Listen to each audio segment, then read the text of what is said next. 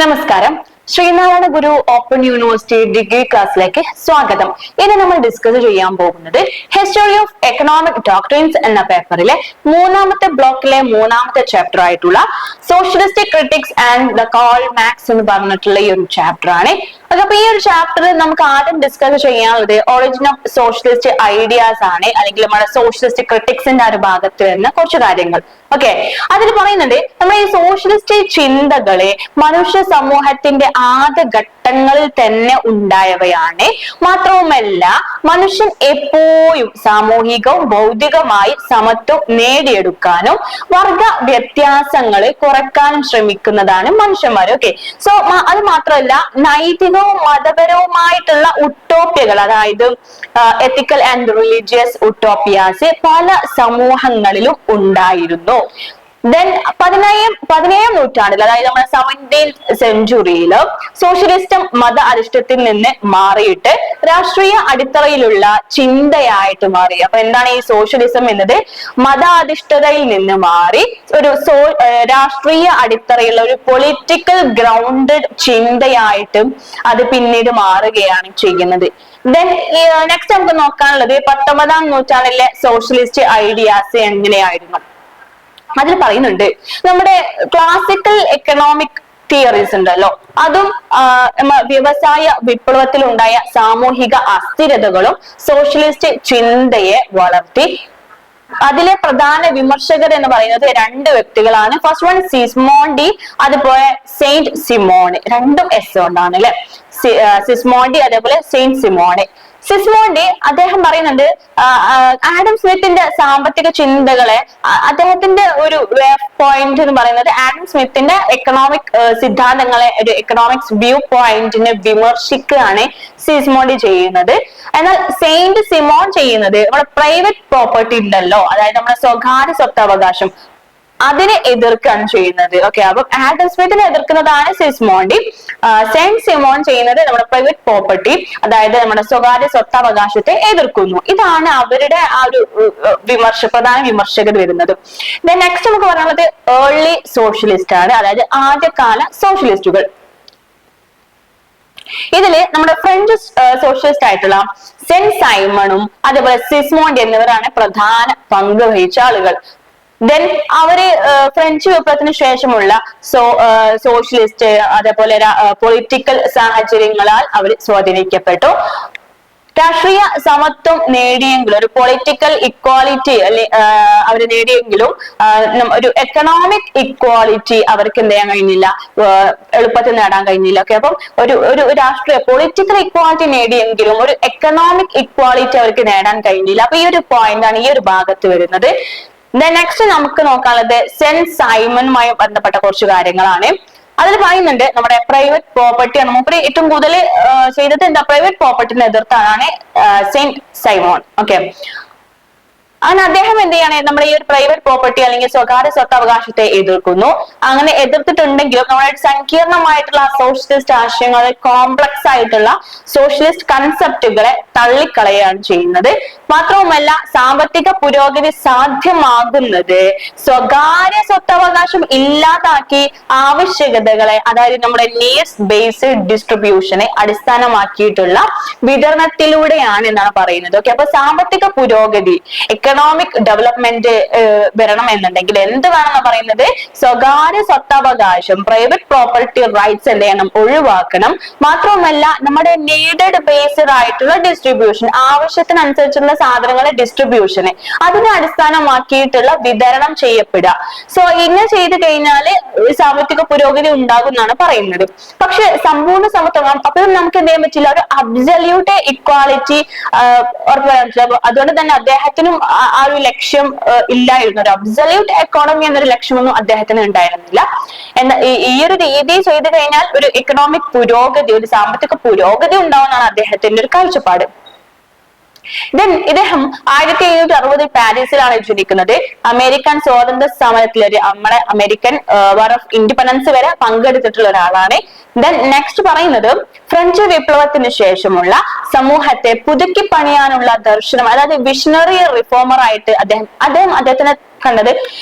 After French റെവല്യൂഷനിലെ French വിപ്ലവത്തിന് ശേഷമുള്ള ഒരു സൊസൈറ്റിനെ എന്ത് ചെയ്യുക, പുതുക്കി പണിയാനുള്ള ഒരു റിഫോമർ ആണ് അദ്ദേഹം എന്നാണ് അദ്ദേഹം സ്വയം അദ്ദേഹത്തെ കണ്ടിട്ടുള്ളത്. ദെൻ സാമൂഹ്യ പദ്ധതികൾക്ക് പൊതുപ്രവർത്തനങ്ങൾക്കൊക്കെ സമ്പന്നരുടെ പിന്തുണ നേടി. ഈ ഒരു പോയിന്റും ഓർത്തു വെക്കുക. നെക്സ്റ്റ് നമുക്ക് നോക്കാനുള്ളത് അദ്ദേഹത്തിന്റെ പ്രധാന കൃതികളാണ്. De la reorganisation, de la societe യൂറോപ്പന്ന എന്ന് പറഞ്ഞിട്ടുള്ള ഒരു കൃതിയുണ്ട്. ദെൻ ഇൻഡസ്ട്രിയ, ലെ സിസ്റ്റം ഇൻഡസ്ട്രിയൽ എന്ന് പറഞ്ഞിട്ട് ഈ ഒരു 3 പ്രധാനപ്പെട്ട വർക്ക്സ് ഒന്ന് നോക്കി വെക്കുക. ദെൻ അദ്ദേഹത്തിന്റെ ഒരു പ്രധാനപ്പെട്ട ആശയം എന്ന് പറയുന്നത് ഇൻഡസ്ട്രി, അതായത് വ്യവസായം എന്ന് പറയുന്നത് എന്താണ്, സമൂഹത്തിന്റെ, നമ്മുടെ സൊസൈറ്റിയുടെ ബേസ് ആണ്, നമ്മുടെ സമൂഹത്തിന്റെ അടിസ്ഥാനമാണ് എന്നാണ് പറയുന്നത്. എന്നാൽ വ്യവസായ വികസനം അല്ലെ, ഇൻഡസ്ട്രിയൽ ഡെവലപ്മെന്റ്, അത് സമൂഹത്തിന്റെ സാമൂഹികവും സാമ്പത്തികവുമായിട്ടുള്ള, അതായത് നമ്മുടെ സോഷ്യലായിട്ടും അതേപോലെ എക്കണോമിക്കലായിട്ടുമുള്ള പുരോഗതിയെ എന്ത് ചെയ്യുന്നുണ്ട്, നിർണയിക്കുന്നുണ്ട്. അപ്പൊ വ്യവസായ വിപ്ലവത്തിനും അദ്ദേഹം എന്ത് ചെയ്തിട്ടുണ്ട്, ഇമ്പോർട്ടൻസ് കൊടുത്തിട്ടുണ്ട്. നെക്സ്റ്റ് നമുക്ക് നോക്കാനുള്ളത് പവർ സ്ട്രക്ചർ ആണ്, ശക്തി ഘടന. അതായത് ഈ ശക്തി ഉൽപാദന, അതായത് ഈ പവർ സ്ട്രക്ചറിൽ പങ്കാളികളായവർക്ക്, അതായത് scientist, workers, business leaders, then bankers, അപ്പൊ ഇവർക്കൊക്കെ എന്താ ചെയ്യാം, ഈ ഒരു ശക്തി ഉൽപാദനത്തിൽ പങ്കാളികളാകാൻ കഴിയും. ഓക്കെ, നെക്സ്റ്റ് പറയുന്നത് അവരങ്ങനെ ആകണം എന്നാണ് പറയുന്നത്. നെക്സ്റ്റ് ഗവൺമെന്റിന്റെ റോൾ എങ്ങനെയാണെന്ന് പറയുന്നത്, ഒരു മിനിമൽ, വലിയ രീതിയിലുള്ള ഇന്റർവെൻഷൻ വേണ്ട, എന്നാൽ ഒരു മിനിമൽ ഗവൺമെന്റിന്റെ പ്രവർത്തനം മാത്രമേ ഇവർ പറയുന്നുള്ളൂ. ഓക്കെ, നെക്സ്റ്റ് പറയുന്നത് നമ്മുടെ സമൂഹത്തിലെ വർഗങ്ങള്, 2 വർഗങ്ങളാണ് അവർ പറയുന്നത്. ഒന്ന് വർക്കേഴ്സും ദെൻ ഐഡ്ലേഴ്സും. ഓക്കെ, നെക്സ്റ്റ് പറയുന്നത് വിഷൻ ഓഫ് ഗവേണൻസ്. അതായത് ഫ്രാൻസിനെ ഒരു വലിയൊരു ഫാക്ടറി ആയിട്ട്, ഒരു ലാർജ് ഫാക്ടറി ആയിട്ടാണ് അവർ കണ്ടത്. ആരെ? ഫ്രാൻസിനെ. ദെൻ രാഷ്ട്രീയം, അതായത് നമ്മുടെ പൊളിറ്റിക്സിന് പകരമായിട്ട് സാമ്പത്തിക നിയന്ത്രണം, ഒരു എക്കണോമിക് മാനേജ്മെന്റ് വേണം എന്നാണ് പറയുന്നത്. പൊളിറ്റിക്സിന് പകരം എന്ത് ചെയ്യുക, ഒരു എക്കണോമിക് മാനേജ്മെന്റ് കൊണ്ടുവരാം. ദെൻ അടുത്തത് പറയുന്നത് ഒരു സിസ്റ്റം എന്ന കാര്യം പറയുന്നത്, അതായത് നമ്മുടെ ചാമ്പർ ഓഫ് ഡെപ്യൂട്ടീസ് ഉണ്ടല്ലോ, ചാമ്പർ ഓഫ് ഡെപ്യൂട്ടീസ്, അത് വ്യവസായം, വാണിജ്യം, കാർഷികം സംബന്ധിച്ച കാര്യങ്ങൾക്കായിട്ട് ഉള്ളതാണ്. നെക്സ്റ്റ് പറയുന്നത് 2 ചാമ്പർ, ഭൗതികർ, എഞ്ചിനീയർമാർ, കലാകാരന്മാർ, സാമ്പത്തിക പുരോഗതിയെ മുൻനിർത്തി പ്രവർത്തിക്കുക. അപ്പൊ ഇതൊക്കെയാണ് ഈ സിസ്റ്റത്തിന്റെ ഭാഗത്ത് വരുന്നത്. നെക്സ്റ്റ് നമുക്ക് നോക്കാം ക്രിട്ടിക് ഓഫ് പ്രൈവറ്റ് പ്രോപ്പർട്ടി അല്ലെ, സ്വകാര്യ സ്വത്തവകാശത്തിനെതിരെയുള്ള വിമർശനം, അത് ആ ഒരു അവകാശത്തെ വിമർശനമാണ്.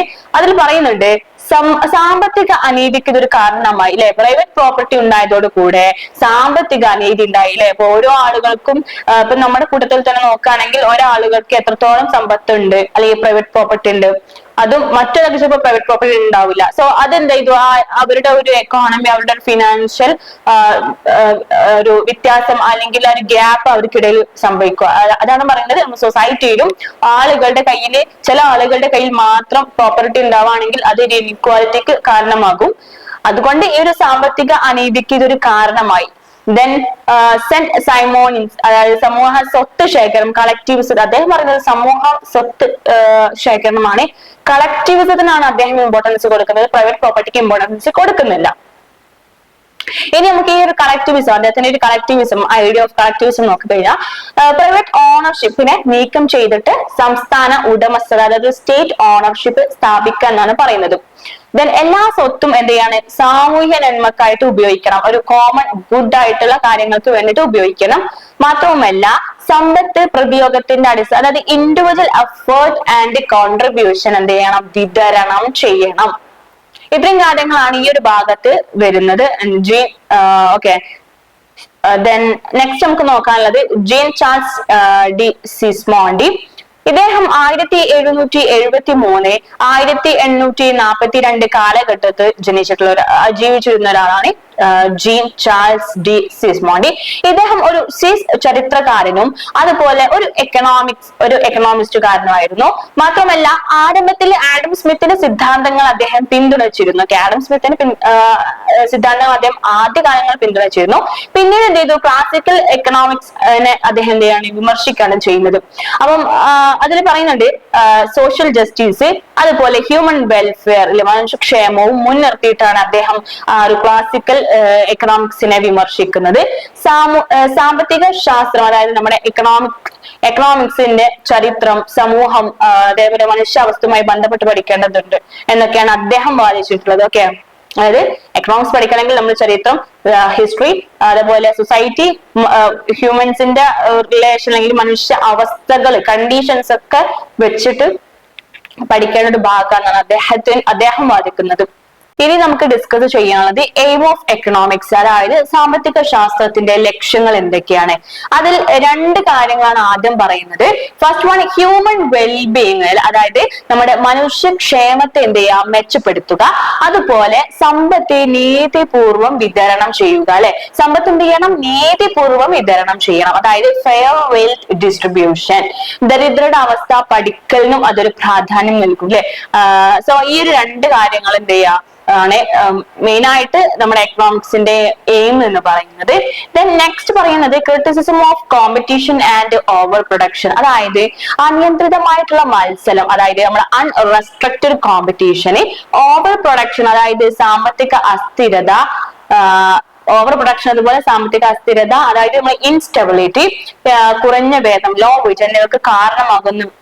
സോ അതായത് ഒരു അനിയന്ത്രിതമായിട്ടുള്ള ഒരു കോമ്പറ്റീഷന് എന്തിന് കാരണമാകും, ഓവർ പ്രൊഡക്ഷൻ ഉണ്ടാവും, അതുപോലെ അവിടെ ഇൻസ്റ്റെബിലിറ്റി അതായത് സാമ്പത്തിക അസ്ഥിരത ഉണ്ടാകും, അതുപോലെ അവിടെ വേജും കുറവായിരിക്കും, കുറഞ്ഞ വേതനങ്ങളായിരിക്കും അവിടെ കൊടുക്കുന്നത്. സോ ഇതൊക്കെ എന്തിന് കാരണമാണ്, ഈ ഒരു അൺറെസ്ട്രിക്റ്റഡ് കോമ്പറ്റീഷന് കാരണം കൊണ്ട് ഉണ്ടാകുന്നതാണ്. ഓക്കെ, മാത്രവുമല്ല കൺസേൺ അബൌട്ട് മെഷീനറീസ്, അതായത് യന്ത്രങ്ങൾ വേഗത്തിൽ പരിചയപ്പെടുന്നത് അഥവാ റാപ്പിഡ് ഇൻട്രൊഡക്ഷൻ ഓഫ് മെഷീനറി എന്തിനൊക്കെ കാരണമാകും, തൊഴിലില്ലായ്മക്കും അതുപോലെ പ്രവർത്തന ഭാരം കൂടുന്നതിനും കാരണമാകും, അല്ലെ. പെട്ടെന്ന് ഈ യന്ത്രങ്ങളുടെ പ്രവർത്തനങ്ങളൊക്കെ പഠിച്ചെടുക്കാന്ന് പറയുമ്പോൾ ചില ആളുകൾക്ക് അത്ര നടക്കണമെന്നില്ല. സോ അതൊക്കെ എന്തായിരിക്കും അവരെ സംബന്ധിച്ച് വലിയൊരു പ്രയാസപ്പെട്ട കാര്യങ്ങളായിരിക്കും ആ യന്ത്രങ്ങളെ പ്രവർത്തിപ്പിക്കാന്നത്. അപ്പൊ അതൊക്കെ അവരെ സംബന്ധിച്ചൊരു പ്രവർത്തന ഭാരമായിരിക്കും. മാത്രമല്ല യന്ത്രങ്ങൾ ഉണ്ടാകുന്ന സമയത്ത് ഓട്ടോമാറ്റിക്കലി നമുക്ക് അറിയാം അവിടെ എന്തുണ്ടാവില്ല, ജോലിയുടെ അളവ് അല്ലെങ്കിൽ നമ്മുടെ തൊഴിലില്ലായ്മ, അവിടെ അൺഎംപ്ലോയ്മെന്റ് അവിടെ സംഭവിക്കും. അപ്പൊ അതാണ് ഈ രണ്ട് കാരണങ്ങൾക്കും അതൊരു കാരണമാണ്, യന്ത്രങ്ങളെ കുറിച്ചുള്ള കാര്യങ്ങള് അതിന്റെ ഒരു കൺസേൺ ആണ്. നെക്സ്റ്റ് നമുക്ക് പറയുന്നത് എക്കണോമിക് ക്രൈസിസും അതുപോലെ ക്ലാസ് കോൺഫ്ലിക്റ്റും ആണ്. തൊഴിലാളികളും അതുപോലെ മൂലധനാധിപരും തമ്മിലുള്ള അസമത്വം ആധാരമാക്കിയിട്ടുള്ള ക്രൈസിസ് ഒക്കെയാണ് എന്തെന്ന് പറയുന്നത് ഈ ഒരു ഭാഗത്ത് വരുന്നത്.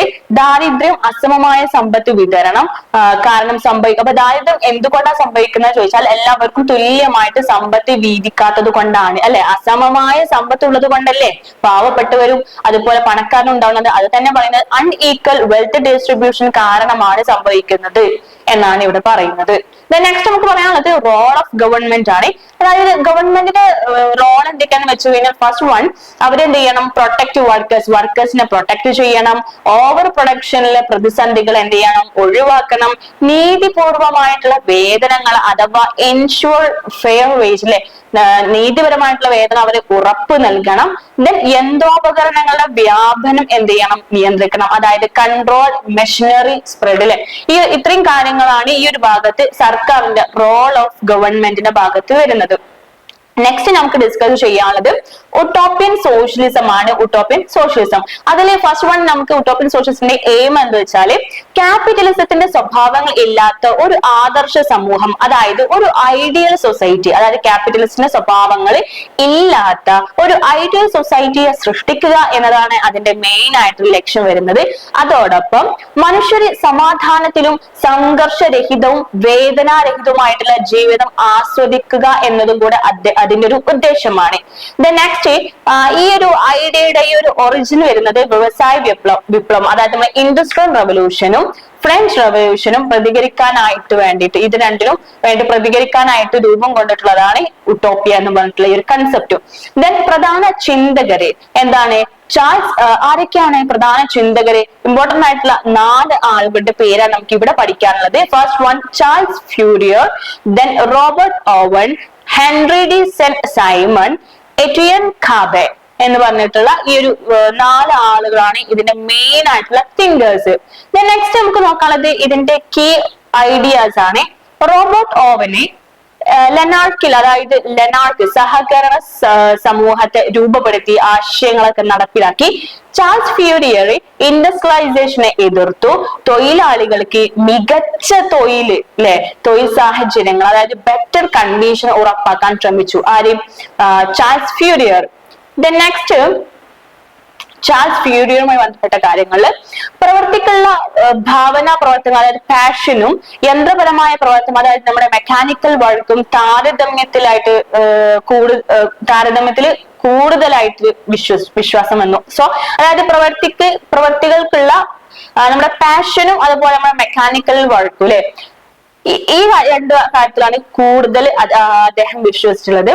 മാത്രമല്ല നമ്മുടെ ഫലാൻസ്, അതായത് ജീവനോപാധി, അതുപോലെ വിനോദ സൗകര്യങ്ങളുള്ള ചെറിയ സമൂഹങ്ങൾ, small communities with livelihood and recreation facilities, അപ്പൊ ഇതൊക്കെയാണ് അവര് സൃഷ്ടിക്കുന്നത്. മാത്രമല്ല വേതനങ്ങളില്ല, ലാഭം സമൂഹത്തിലെ വേതനമൊന്നുമില്ല, വേതനം എന്ന് പറയുന്നത് അല്ലെങ്കിൽ ലാഭം, പ്രോഫിറ്റ് എന്ന് പറയുന്നത് സമൂഹത്തിലെ എല്ലാവർക്കും, പ്രോഫിറ്റ് ഷെയർഡ് എമംഗ് പീപ്പിൾ, പങ്കുവെച്ചു. സോ ഇത്രയും കാര്യങ്ങളാണ് ചാൾസ് ഫ്യൂരിയറിന്റെ ഈ ഭാഗത്ത് വരുന്നത്.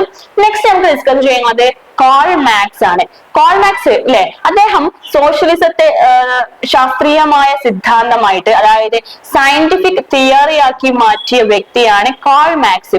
അദ്ദേഹം ജനിക്കുന്നത് 1818 മെയ് 5 ജർമ്മനിയിലാണ് കാൾ മാർക്സ് ജനിക്കുന്നത്. അദ്ദേഹത്തിന്റെ ഇമ്പോർട്ടന്റ് ആയിട്ടുള്ള 2 കൃതികളാണ് നമുക്ക് നോക്കാനുള്ളത്. First one, introduction to a critique of Hegel philosophy of right. Then second one, the poverty of philosophy എന്ന് പറഞ്ഞിട്ടുള്ള ഈ 2 ബുക്ക്. ദെൻ അദ്ദേഹം മരണപ്പെടുന്നത് 1883 മാർച്ച് 14 ലണ്ടനിൽ വെച്ചാണ്. ദെൻ ഇനി നമുക്ക് അദ്ദേഹത്തിന്റെ കുറച്ച് ഐഡിയാസ് നോക്കാം.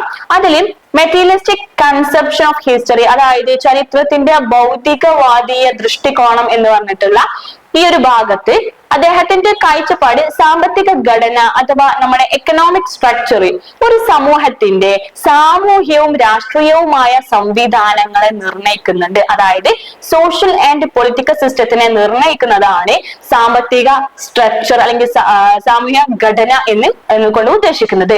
സെക്കൻഡ് വൺ, അദ്ദേഹത്തിന്റെ മറ്റൊരു കൺസെപ്റ്റ് ആണ് ക്ലാസ് സ്ട്രഗിൾ. അതായത് സമൂഹം വിരോധപരമായ വർഗങ്ങളായിട്ട് വിഭജിക്കപ്പെട്ടു. ഒരു വർഗം ആളുകൾ എന്ത് ചെയ്യാണ്, ആധിപത്യം വഹിക്കുന്നു. മറ്റൊരു വർഗം ആളുകൾ അടിമസ്ഥ ആയിട്ടുള്ള ഒരു അവസ്ഥയിലും. സോ ഒരു ടീം ആധിപത്യമാണെങ്കിൽ മറ്റൊരു ടീം അടിമയായിട്ട്. സോ ഇതാണ് ഈ ഒരു ക്ലാസ് സ്ട്രഗിളിനെ കുറിച്ച് അദ്ദേഹത്തിന്റെ ഒരു concept.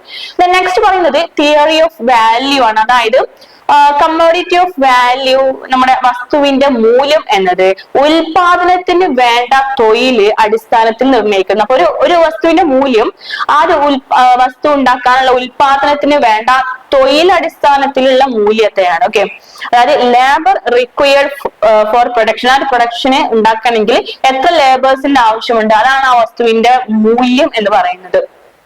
Next one, surplus value. അതായത് തൊഴിലാളികൾ എന്ത് ചെയ്യാണ്, അവര് നൽകിയ വേതനത്തിന് മുകളിലായിട്ട് more than they are paid, അവർക്ക് പേ ചെയ്തതിനേക്കാളും കൂടുതൽ അവർ ഉൽപ്പാദിപ്പിക്കുന്നുണ്ട്.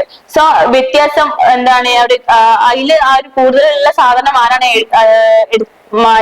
അടിച്ചു മാറ്റുന്ന ടീം, അത് ക്യാപിറ്റലിസ്റ്റുകാരാണ് അതിന്റെ മിച്ചം എടുക്കുന്നത്. ഓക്കെ, അപ്പൊ തൊഴിലാളികൾക്ക് നൽകിയ വേതനത്തിന് മുകളിലായിട്ട് അവർ മാക്സിമം പ്രൊഡക്ഷൻ ചെയ്യുന്നു. അപ്പം കൂടുതൽ എക്സ്ട്രാ വന്ന പ്രൊഡക്ഷൻ ഒക്കെ എടുക്കുന്നത് ആരാണ്, ക്യാപിറ്റലിസ്റ്റ് ആയിട്ടുള്ള ആളുകൾ, അതായത് മൂലധനാധിപരാലാണ് ആ ഒരു വ്യത്യാസം, അതായത് എത്രയാണോ ബാക്കി വന്നത്, ആ ഒരു സർപ്ലസ് വരുന്നത്, എക്സ്ട്രാ വന്നത്, സോ അത് എന്ത് ചെയ്യും, അവരാണ് എടുക്കുന്നത്.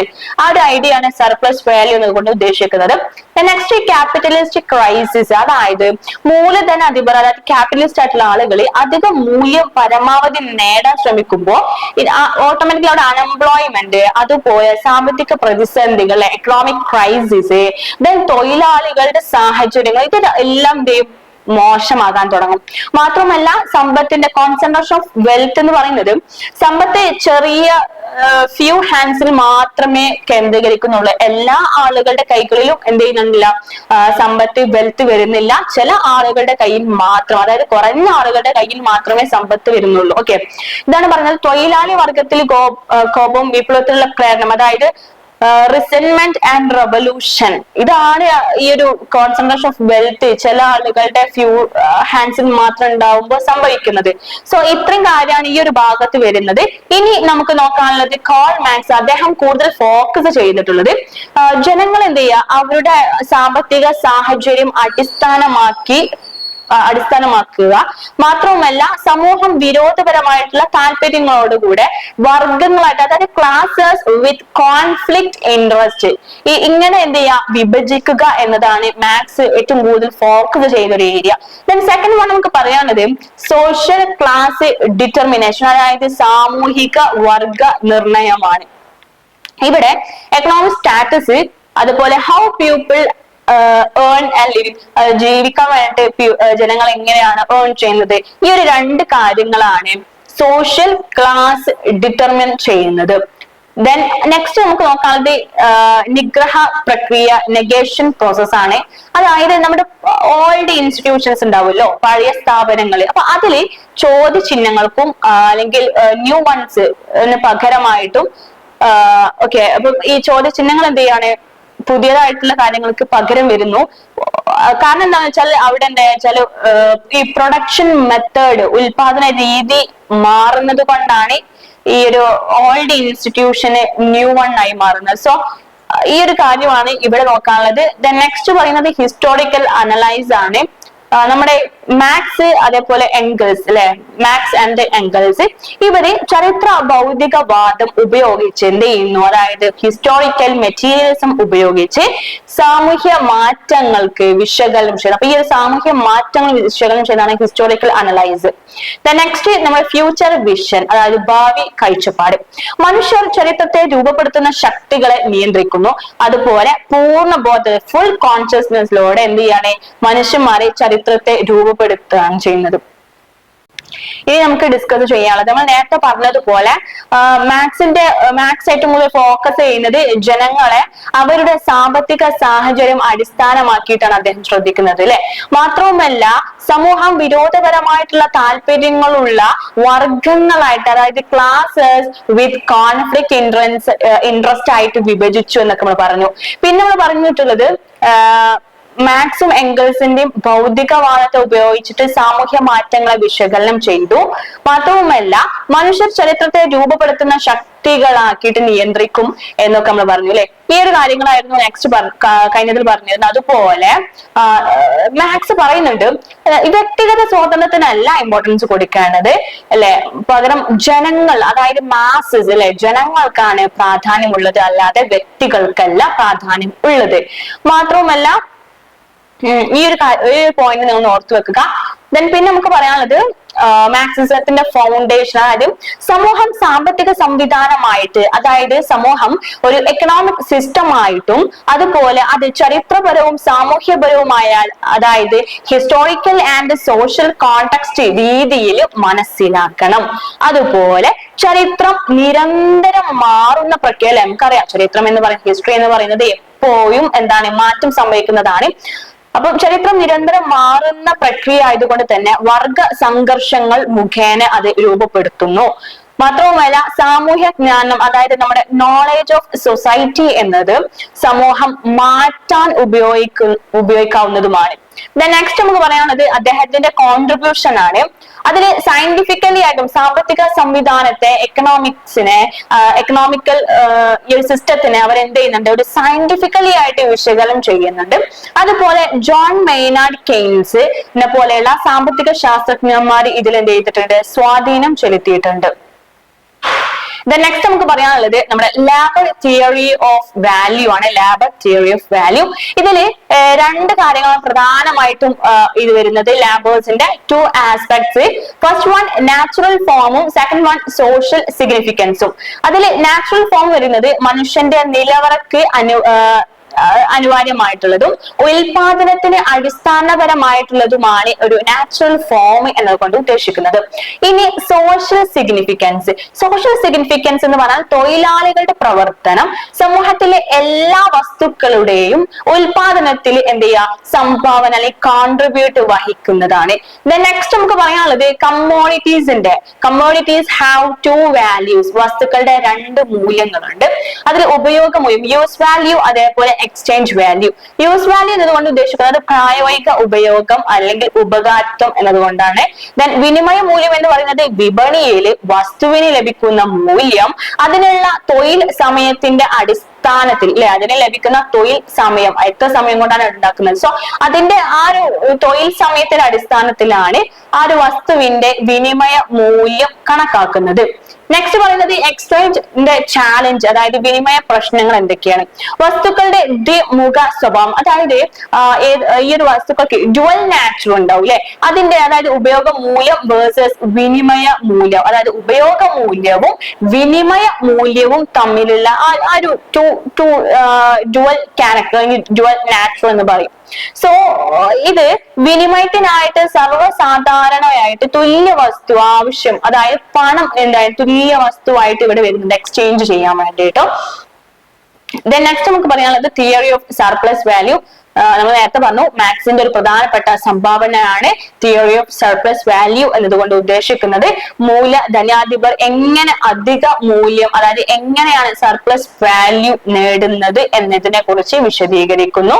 സർപ്ലസ് വാല്യൂ അഥവാ അധിക മൂല്യം എന്നതുകൊണ്ട് ഉദ്ദേശിക്കുന്നത് തൊഴിലാളികൾ എന്താണ് അവരുടെ വേതനത്തിലുള്ള കൂടുതലുള്ള അല്ലെങ്കിൽ ആവശ്യത്തിനുള്ള മൂല്യം കവിഞ്ഞിട്ട് ഉൽപ്പാദിപ്പിക്കുന്നതിനെയാണ്. അതായത് produce more value than wages, അവർക്ക് കിട്ടുന്ന വേജിനേക്കാളും കൂടുതൽ അവർ പ്രൊഡ്യൂസ് ചെയ്യുന്നു.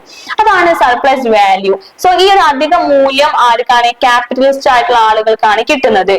പിന്നെ പറഞ്ഞത് മെത്തേഡ്സ്, നമ്മളെ സർപ്ലസ് വാല്യൂ എൻഹാൻസ് ചെയ്യാൻ വേണ്ടിയിട്ട് അല്ലെങ്കിൽ അധിക മൂല്യം വർദ്ധിപ്പിക്കുന്ന രീതികൾ എന്തൊക്കെയാന്ന് നോക്കാം. രണ്ട് രീതികളാണ് പ്രധാനമായിട്ടും ഉള്ളത്.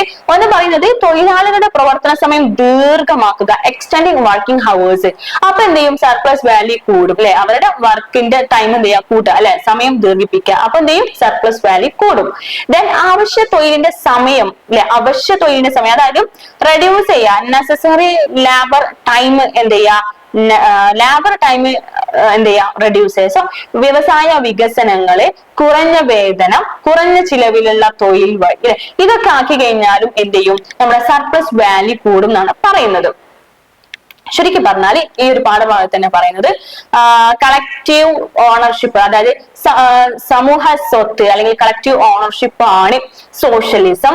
അതുപോലെ സോഷ്യലിസം എന്നത് സ്വതന്ത്ര വിപണി സമ്പദ് വ്യവസ്ഥയിൽ നിന്ന് വ്യത്യസ്തമാണ് അല്ലെ. സോഷ്യലിസം എന്താണ്? നമ്മുടെ സ്വതന്ത്ര വിപണിയുടെ എക്കോണമിയിൽ നിന്ന് വ്യത്യസ്തമാണ്. മാർക്സിസ്റ്റ് സോഷ്യലിസം അതായത് ക്യാപിറ്റലിസ്റ്റിന്റെ പ്രശ്നങ്ങൾ സോഷ്യലിസത്തിലേക്ക് നയിക്കുന്നു എന്നും പറഞ്ഞു.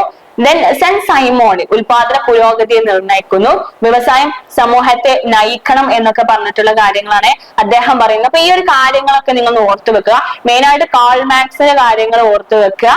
ഓക്കെ, ദെൻ നമ്മൾ നേരത്തെ പറഞ്ഞതുപോലെ കളക്റ്റീവ് ഓണർഷിപ്പ് എന്ന് പറയുന്നത് ആ ഒരു വാക്കും ഓർത്തു വെക്കുക. Socialism is a political, social and economic doctrine അല്ലെ. സോഷ്യലിസം എന്ന് പറയുന്നത് എന്താണ്? ഒരു പൊളിറ്റിക്കൽ, സോഷ്യൽ, ഒരു എക്കണോമിക് ഡോക്ട്രിൻ ആണ്. ദെൻ നെക്സ്റ്റ് പറയാനുള്ളത് there are various forms of socialism. സോഷ്യലിസത്തിന് ഒരുപാട് ഫോംസുകളുണ്ട്. സോഷ്യലിസം എന്ന് പറയുന്നത് is a different from free market എക്കോണമിയിൽ നിന്ന് വ്യത്യസ്തമാണ് എന്തെന്ന് പറയുന്നത് നമ്മുടെ സോഷ്യലിസം എന്ന് പറയുന്നത്. Then financial struggle affected his life അല്ലെ. അതായത് നമ്മൾ സെയിന്റ് സിമോൺ ഉണ്ടല്ലോ, സെയിന്റ് സിമോൺ നമ്മൾ നേരത്തെ പറഞ്ഞ അദ്ദേഹം ബിലീവ്ഡ് പ്രൊഡക്ഷൻ ഡ്രൈവ്സ് പ്രോഗ്രസ്. അദ്ദേഹം പറയുന്നത് പ്രൊഡക്ഷൻ എന്തിന് കാരണമാകും? പ്രോഗ്രസിന് കാരണമാകും. സിമോൺ ജോയ്നർ അദ്ദേഹം ഫ്രഞ്ച് റവല്യൂഷൻ പങ്കെടുത്തിട്ടുണ്ട്. Financial struggle effect his life, അദ്ദേഹത്തിന്റെ ലൈഫിൽ തന്നെ ഫിനാൻഷ്യൽ സ്ട്രഗിൾ എഫക്ട് ചെയ്തിട്ടുണ്ട്. മാത്രവുമല്ല industry should guide society not politics. ആ ഒരു പോയിന്റ് ഓർത്തു. അതായത് ഇൻഡസ്ട്രി എന്ന് പറയുന്നത് അത് എന്തിനാണ്? സമൂഹത്തെയാണ് ഒരു ഗൈഡ് ചെയ്യുന്നത് അല്ലെ, സൊസൈറ്റിനെയാണ് ഗൈഡ് ചെയ്യുന്നത്, നോട്ട് പൊളിറ്റിക്സ്, രാഷ്ട്രീയത്തെയല്ല. പിന്നെ പറഞ്ഞത് Marxist socialism state the inherent problems of capitalism give way of socialism. അപ്പൊ മാർക്സിസ്റ്റിന്റെ ഈ ഒരു ഐഡിയ, അതായത് അവരുടെ ആ ഒരു കാഴ്ചപ്പാടും നിങ്ങളൊന്ന് ഓർത്ത് വെക്കുക. മെയിനായിട്ട് നമ്മുടെ മാത്സിന്റെ കോൾ മാത്സിന്റെ കുറച്ച് ഐഡിയാസ് ഉണ്ടല്ലോ, ഏതൊക്കെ ക്ലാസ് സ്ട്രഗിള്, സർപ്ലസ് വാല്യൂ എന്നൊക്കെ പറഞ്ഞിട്ടുള്ള, അപ്പൊ ആ കാര്യങ്ങളും നിങ്ങൾ മാക്സിമം റിവൈസ് ചെയ്യുക. ഓക്കെ, അപ്പൊ ഇത്രയും കാര്യങ്ങളാണ് നമുക്ക് ഈ ഒരു പാഠഭാഗത്ത് നോക്കാനുള്ളത്. ഓക്കെ, ആ ഒരു പേര് ഓർത്ത് വെക്കുക, അവരുടെ കോൺട്രിബ്യൂഷന്, പിന്നെ എന്തൊക്കെയായിരുന്നു മെയിൻ ആയിട്ടുള്ള അവരുടെ കാഴ്ചപ്പാടുകൾ കേട്ടോ, അവരുടെ ഓരോന്നിനെ കുറിച്ചുള്ള അവരുടെ കാഴ്ചപ്പാടുകൾ എന്തൊക്കെയാന്നൊക്കെ ഒന്ന് ഓർത്ത് വെക്കുക. ഇത്രയും കാര്യങ്ങളാണ് നമുക്ക് ഈ ഒരു ഭാഗത്ത് ഡിസ്കസ് ചെയ്യാനുള്ളത്. മാക്സിമം ഇത് റിവൈസ് ചെയ്യുക. ഓക്കെ, അപ്പൊ നമുക്ക് നെക്സ്റ്റ് ക്ലാസ് കാണാം. നന്ദി.